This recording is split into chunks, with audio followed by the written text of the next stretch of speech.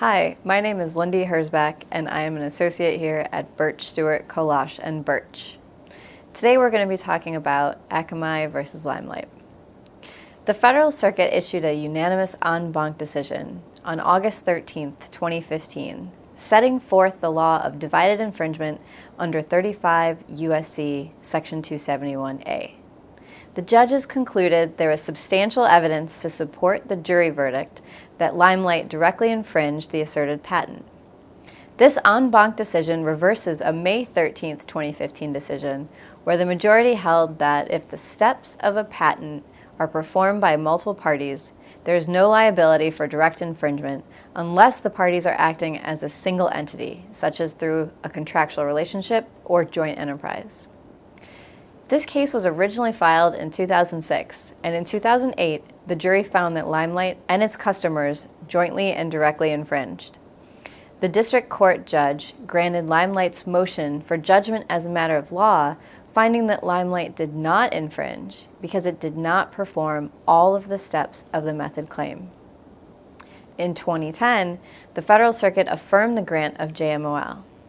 But then, in 2012, the Federal Circuit ruled en banc that there was no direct infringement, but there may be induced infringement under 35 U.S.C. Section 271B.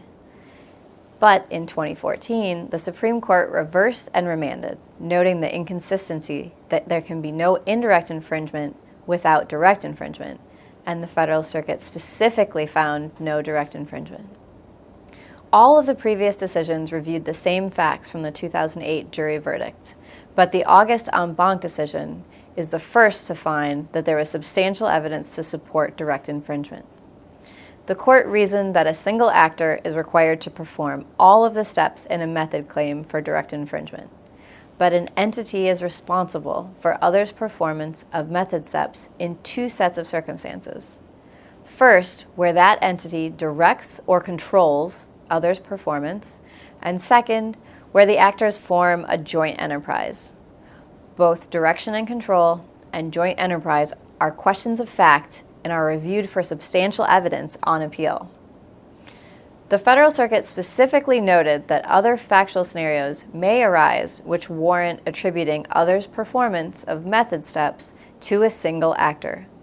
In this case, the court found that Limelight directs or controls its customers' performance, so all of the steps of the method are attributable to Limelight. The facts that weighed in favor of this finding included Limelight's standard contract, Limelight's welcome letter with instructions, Limelight's step-by-step instructions on how to tag content, and the assistance provided by Limelight's engineers with installation, quality assurance testing, and troubleshooting. Further, Limelight's service was conditioned on the customer's actions. It is interesting to note that the facts did not change from the various decisions. However, given the court's unanimous decision setting the law and analysis of whether there is direction and control or joint enterprise for direct infringement, the facts were found to support the jury verdict of direct infringement.